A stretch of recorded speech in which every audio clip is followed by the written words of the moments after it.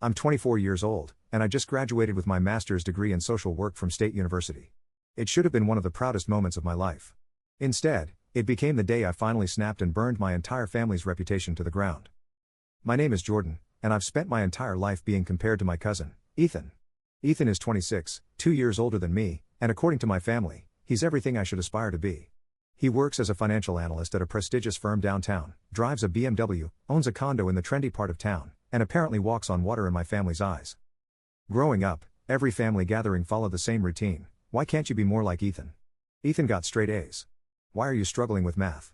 Ethan's playing varsity sports. Maybe you should try out for something. Ethan got into a top university for business. Are you sure social work is the right path? The comparisons never stopped, even as we became adults. When I chose to major in social work because I wanted to help kids in foster care, my parents made it clear they thought I was throwing my life away. When Ethan got his finance degree and immediately landed a six-figure job, they acted like he'd cured cancer. Jordan's always been the dreamer in the family, my mom would say at gatherings in that tone that made it sound like a character flaw. Ethan's the practical one, the one who understands how the real world works. My dad was even worse. Some people are just built for success, he'd say, looking directly at Ethan. Others need to find their own way, I suppose. The thing is, I wasn't doing badly for myself. I'd maintained a 3.8 GPA throughout my bachelor's degree while working part-time at a youth center. I'd gotten into graduate school with a partial scholarship. I'd completed internships at reputable organizations and had already been offered a position at the Department of Children and Family Services starting after graduation. But none of that mattered to my family.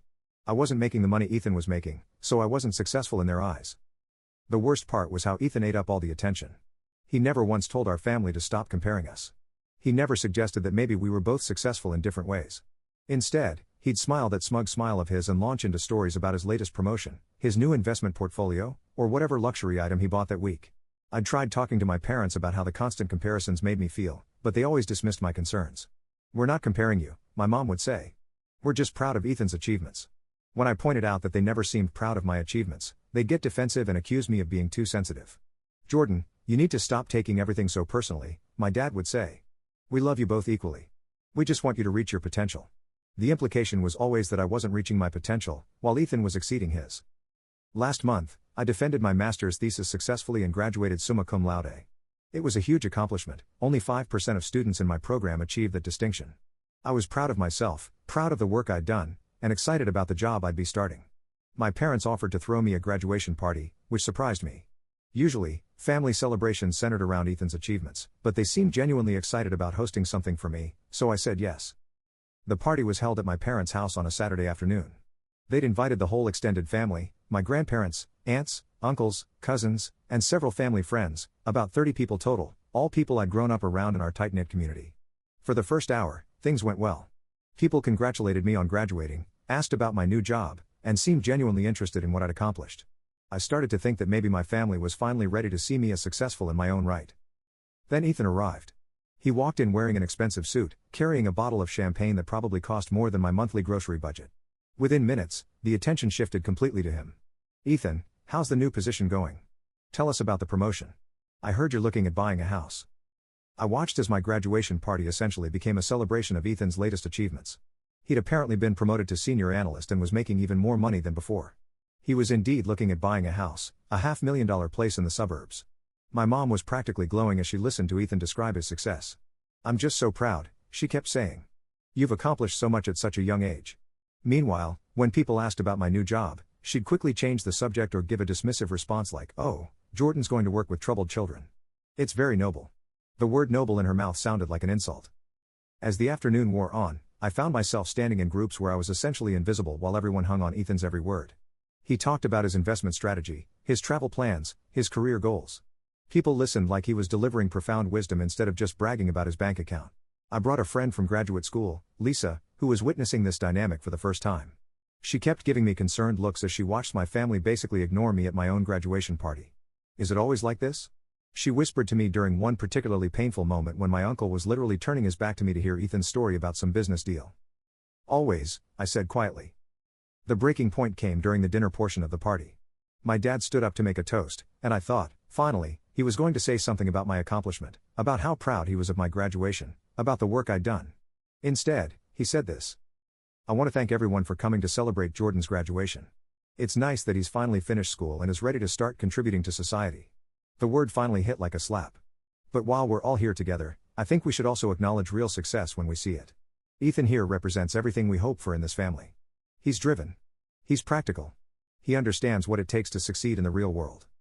My stomach dropped, but he wasn't done. Jordan's always been different. He's the dreamer, the one who wants to save the world. And that's fine, I suppose. Someone has to work with the unfortunate people in society. But let's be honest about what real achievement looks like. He raised his glass toward Ethan. Ethan is the success story of this family. He's proof that hard work and smart choices pay off. He's everything a young man should aspire to be. The room was silent for a moment, and then people started clapping politely. I looked around the table and saw my mom nodding in agreement, my grandparents smiling at Ethan, my aunts and uncles raising their glasses. Lisa looked like she wanted to crawl under the table from secondhand embarrassment. Ethan, for his part, just smiled and accepted the praise like it was his due. "Thanks, Uncle Mike," he said to my dad. "I've just tried to make good choices and work hard. Some people have different priorities, I guess." The implication was clear, I had bad priorities. My mom chimed in then, because apparently the humiliation wasn't complete. "I just want everyone to know how proud we are of Ethan. He's bought his own place. He's financially independent. He's building a real future. Jordan's chosen a different path. Social work is very humanitarian. But we all know where the real potential in this family lies." That's when something in me snapped. I'd been recording the conversation on my phone, partly out of habit for my social work training where documentation is crucial, and partly because I'd started recording family gatherings after years of my parents gaslighting me about what they'd said. I'd learned to protect myself by having evidence. But this was too much. This wasn't just dismissing. Update: my family constantly compared me to my cousin, who they said was everything I should be. During my graduation party, they told the whole extended family that I was the failure who wasted his potential, while my cousin was the success story. But they had no idea I was recording everything. I used it to expose how they'd been treating me for years, destroying their reputations in our tight-knit community. I compiled everything into a comprehensive post about emotional abuse, family scapegoating, and the damage of constant comparison. I included the audio from that evening's dinner as the centerpiece, my father literally calling me a failure and declaring Ethan the family success story at my own graduation party. I tagged every person who had been at the party. I tagged extended family members. I tagged family friends. I made the post completely public and shared it in several local community groups where I knew people would recognize the names. Then I quietly slipped out of the party without saying goodbye to anyone except Lisa. The response was immediate and overwhelming. Within 2 hours, the post had dozens of comments from people expressing shock and outrage. Many of the people who had been at the party started commenting, saying they'd been uncomfortable during the dinner but hadn't realized the full extent of what they were witnessing. Mrs. Peterson, who had been my high school guidance counselor and was a family friend, commented, "I always wondered why such a bright, accomplished young man seemed so insecure around his family. Now I understand. This is heartbreaking." My former boss from the youth center where I worked shared the post and added, "Jordan is one of the most dedicated, compassionate people I've ever worked with. Any family should be proud to have him. This is emotional abuse, plain and simple." By the next morning, the post had been shared over 200 times and had hundreds of comments. People were tagging local news outlets, family counselors, and advocacy organizations. But the real impact was local. We live in a town of about 50,000 people where everyone knows everyone else's business. My dad works as an insurance agent at a well-known local firm. My mom is active in the PTA and volunteers with several community organizations. They'd built their reputation on being upstanding family people. That reputation crumbled overnight.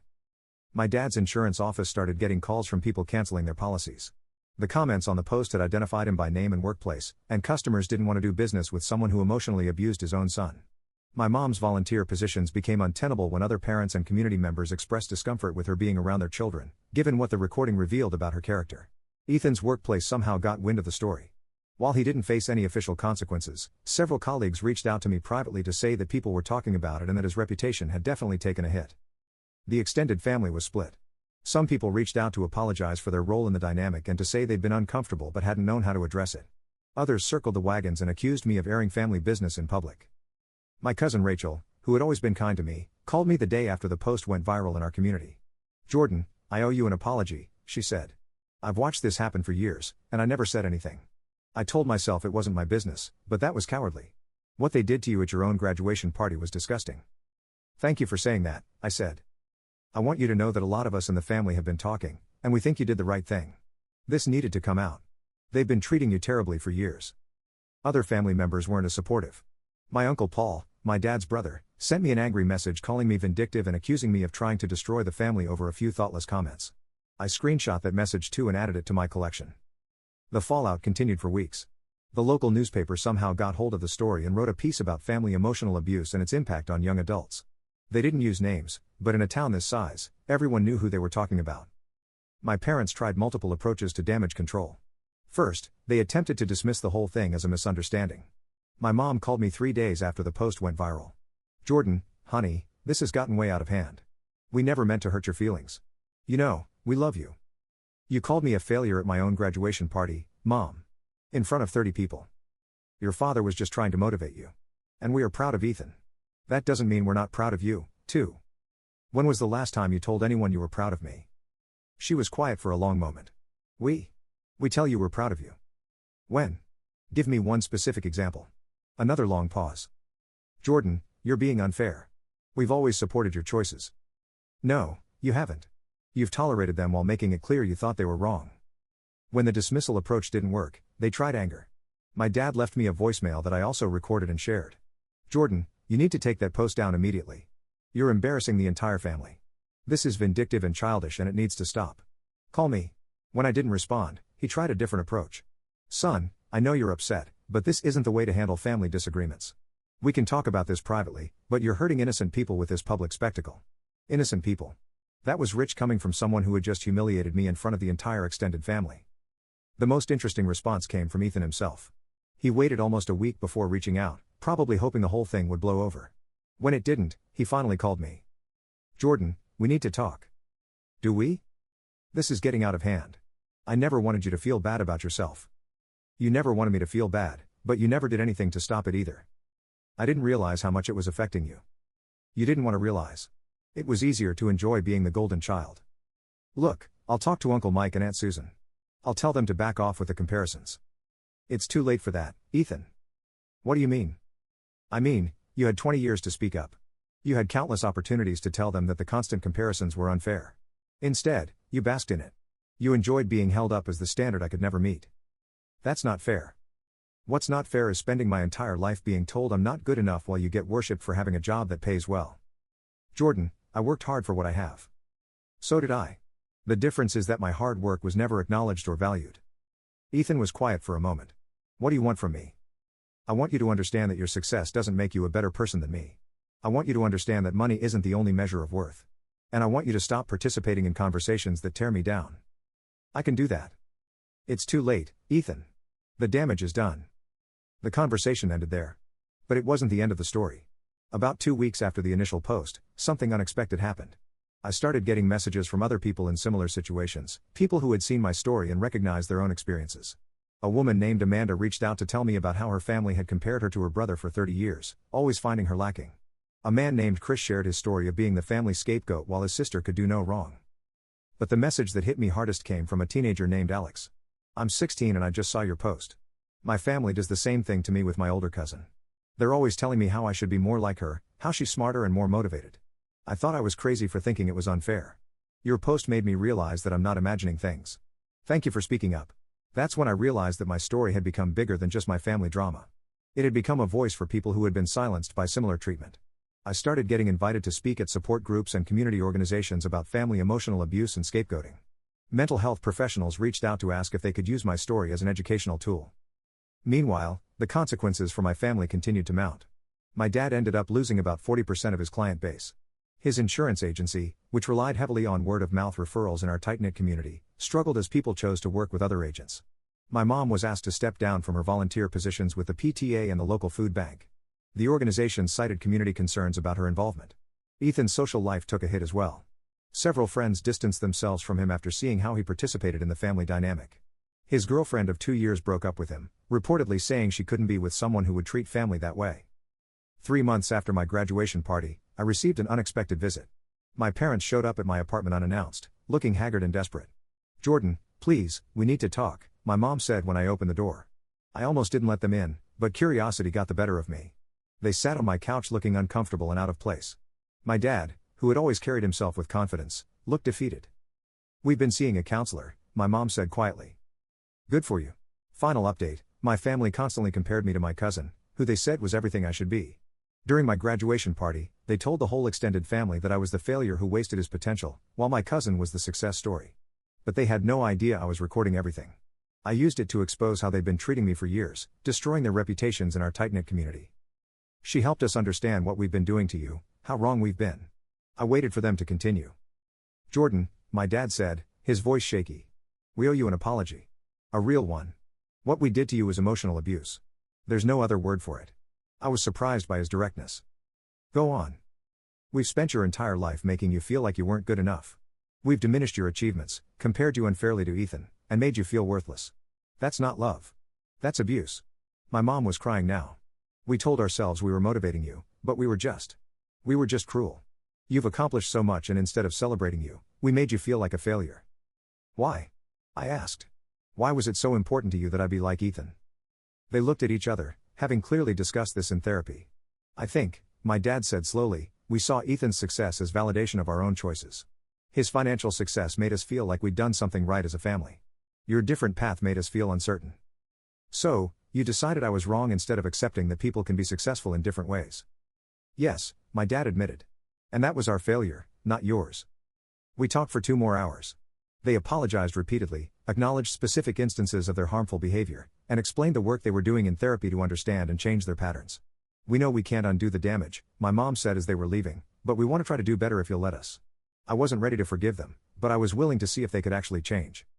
Over the following months, they made genuine efforts to repair our relationship. They attended family therapy sessions with me. They made public apologies to community members for their behavior. They reached out to extended family members to explain that they had been wrong and that I deserved respect and recognition. Most importantly, they started treating me differently. They asked about my work with genuine interest. They stopped making comparisons to Ethan. They celebrated my achievements without qualification or dismissal. The change wasn't instant or perfect, but it was real. Ethan took longer to come around. He seemed to struggle with losing his position as the undisputed family favorite. But eventually, he also started therapy and began to understand his role in the toxic dynamic. I'm sorry I never stood up for you, he said during one family therapy session. I was so caught up in being the favorite that I didn't think about what that meant for you. I needed my cousin to be my ally, not my competition, I replied. I want to be your ally now, if that's possible. It took time, but we gradually rebuilt a relationship based on mutual respect rather than comparison. A year after my graduation party, my family looked completely different. The public exposure had forced everyone to confront their behavior and make real changes. My parents had rebuilt their reputations in the community through consistent effort and genuine change. My dad's insurance business slowly recovered as people saw evidence of his personal growth. My mom found new volunteer opportunities with organizations focused on family support and healing. But the most significant change was in how they treated me. For the first time in my life, I felt valued and respected by my own family. I've been working at the Department of Children and Family Services for almost a year, specializing in cases involving emotional abuse and family dysfunction. My personal experience, while painful, had given me unique insight into these situations. My supervisor, Janet, had read about my story and specifically requested that I be assigned to her unit. You understand this dynamic from the inside, she told me. That makes you incredibly valuable in helping these families heal. The work was challenging but fulfilling. I was helping children who had experienced similar treatment to what I'd endured, and I was making a real difference in their lives. Meanwhile, my story continued to resonate with people. I'd been invited to speak at several conferences about family emotional abuse. A publishing company had reached out about writing a book on the subject. The most meaningful development was the support group I'd started for adult children of emotionally abusive families.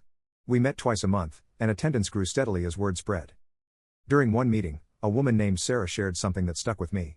Jordan, your story saved my relationship with my daughter. I saw myself in your parents' behavior, and it made me realize that I was repeating the same patterns with my own child. I got into therapy immediately, and now my daughter and I are closer than we've ever been. That's when I realized that the pain of that graduation party had served a purpose. By exposing my family's dysfunction, I hadn't just freed myself, I'd potentially prevented other families from experiencing the same damage. The last update came on my 25th birthday. My family threw me a party, a real celebration focused entirely on me and my achievements. They invited my colleagues, my friends from the support group, and community members who had supported me throughout the ordeal. During the dinner, my dad stood up to make a toast. I tensed, remembering the last time he'd done this at a family gathering. A year ago, he began, I stood up at a family dinner and said some of the most hurtful, wrong things I've ever said. I called my son a failure and dismissed his incredible achievements. The room was silent. Tonight, I want to set the record straight. Jordan is not a failure. He's a success in every way that actually matters. He's compassionate, dedicated, and strong. He's helping children and families heal from trauma. He's making the world a better place. And he had the courage to stand up to his own family when we were treating him wrong. He raised his glass. Jordan, you are everything a parent should be proud of. I'm sorry it took me so long to see that. And I'm sorry you had to fight so hard to make me understand. You deserved better from us, and I promise you'll get better from us going forward." The room erupted in applause. I looked around at the faces, my colleagues, my friends, my family members who had learned to see me clearly, and community members who had supported my journey. For the first time in my life, I felt truly celebrated for who I was, not diminished for who I wasn't. Later that evening, as I was cleaning up, Ethan approached me. "You know," he said, "I've been thinking about that graduation party a lot lately." "Yeah. I realize now that what happened that night wasn't really about you at all. It was about them using me as a weapon against you. They built me up by tearing you down. And I let them do it because it felt good to be the favorite. It did a lot of damage, Ethan. I know. And I'm sorry I participated in it for so long. But I also want you to know that watching you stand up for yourself changed something in me. You showed all of us what real strength looks like. Real strength. Real strength is defending yourself when no one else will. Real strength is refusing to accept treatment that diminishes your worth. Real strength is burning down toxic systems that hurt people, even when those people are your own family." I thought about his words as I finished cleaning up. Had I shown real strength? Or had I just finally reached my breaking point? Maybe both were true. Maybe sometimes strength looks like enduring until you can't anymore. And then having the courage to say enough.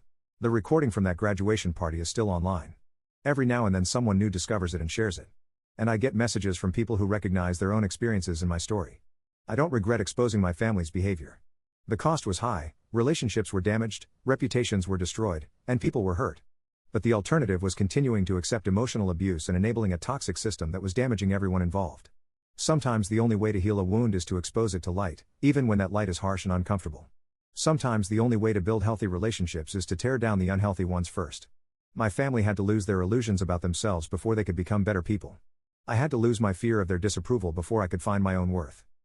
It wasn't the graduation party I planned, but it was the graduation I needed. Not just from school, but from a lifetime of accepting treatment I didn't deserve. The best revenge, I learned, isn't destruction for its own sake. The best revenge is refusing to be destroyed, standing up for yourself, and building something better from the ashes of what was broken. My family is better now because I refuse to be their scapegoat anymore. I'm better now because I finally learned my own worth. And hopefully other families are better, too, because they saw what happened to mine and chose a different path. That's worth more than any graduation party could ever be. Okay, everyone, it's finally time to read and see what the people had to say about this one. The first comment says, "Jordan's courage to record and expose years of bullying at his own graduation turned pain into power. Watching his family finally own up and change was the most satisfying justice I've ever seen." Now, let's listen to the next one that says, "This isn't just a story about revenge. It's about breaking cycles of abuse. Jordan's path from scapegoat to speaker and advocate shows how one voice can spark real community healing."